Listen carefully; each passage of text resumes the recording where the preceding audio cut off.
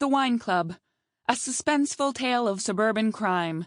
Two wives in a rough patch break bad with a trendy wine club con, and as the money flows, the stakes climb.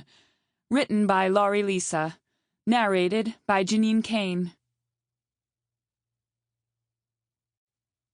September. Chapter 1. Reggie. It all started over a bottle of wine. A $20 bottle of Mohave Pinot Noir, to be precise.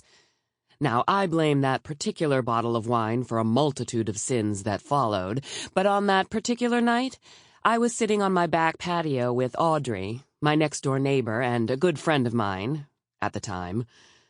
She might have even been my best friend, if you excluded the fact that we had a tendency to lie to each other.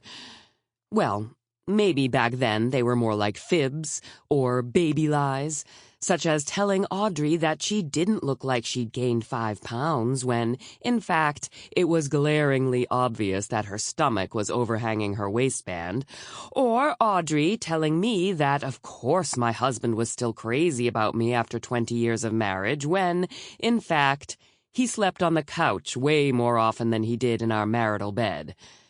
At that time, the fibs and lies of omission were usually meant to spare the other's feelings. They were acts of goodwill, in a way. Audrey and I had shared many bottles of wine and secrets over the years because our daughters, Haley and Marcy, were best friends and tended to join the same clubs and activities.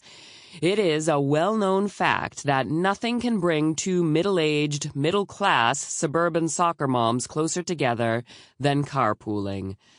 And on that particular night, the Saturday of Labor Day weekend, we had forgone our usual jug of Gallo or bottle of Vendange and splurged on the Mohave because we were celebrating our daughter's latest victory, the Pom Squad at Mohave High School.